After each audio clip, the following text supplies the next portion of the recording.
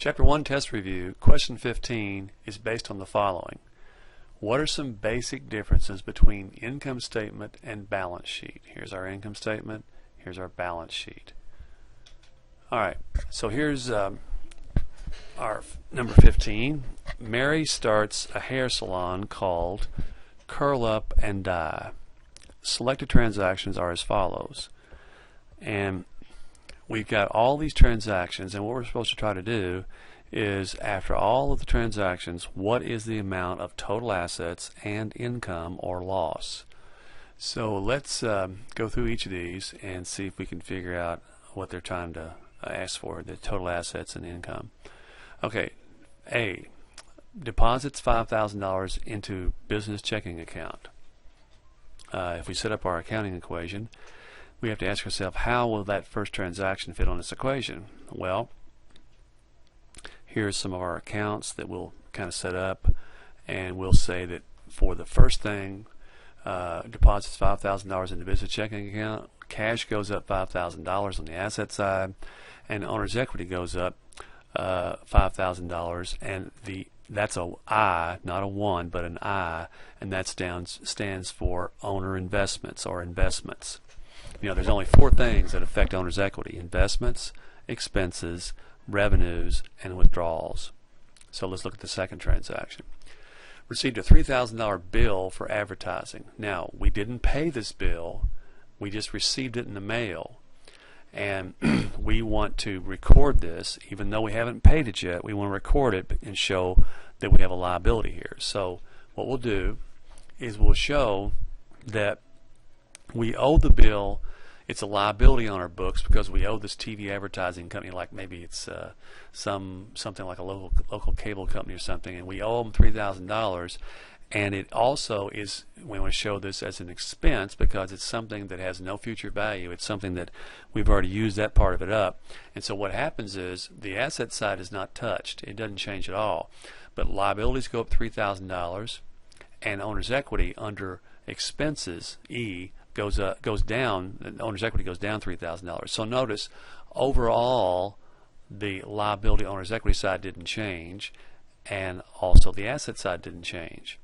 Okay, but individually, payables went up, liabilities, and owner's equity went down. Now let's look at C. In C, we borrow $8,000 from a bank. Well, cash goes up $8,000 on the asset side, and liabilities goes up $8,000 on the liability side. And notice both sides are staying in balance. Then we go to D. We pay $6,000 toward bank loan. So that's the existing bank loan. Now we're going to pay off $6,000 of it. So what happens is cash goes down $6,000 on the asset side, and liabilities go down $6,000 under here. And that's all I want to say about that. Then in E, we buy supplies on credit for $7,000. We buy supplies on credit, which means we don't pay for them yet. We still owe for them. So what happens is, in E, the supplies go up. It's an asset because it has future value, and that it's going to be something that we have the right to use, so we can hopefully generate income and so on and forth, so on. But anyway, assets go up $700, and so do payables $700. Now, if we had paid for this, we didn't, but if we had paid for this, then supplies would have went up $700 and cash would have went down $700, but that's not what happened. We charged these things, so therefore payables go up, supplies go up. Let's look at F. We received $1,300 advanced payment for future work. This is one of the most difficult concepts for students to understand in the first 3 chapters. We're going to have plenty of examples of this kind of thing. But basically what's happened is we got some money, and when we get the money, we have to either, number one, provide the work, do the work in some way, or give the money back. So the way we record that on our books is, if we receive $1,300 in advance payment for future work, that is work that we're supposed to do, then what will happen is, then we will take in the money, $1,300, and we'll also put on our books a payable of $1,300. Now, this is different from if it had read received $1,300 payment for work that we did. but it doesn't say that. But if that's what it said, if it said that we received $1,300 for work that we did, that's a revenue. And so we would increase cash by $1,300 and increase owner's equity under income by $1,300. But that's not what happened.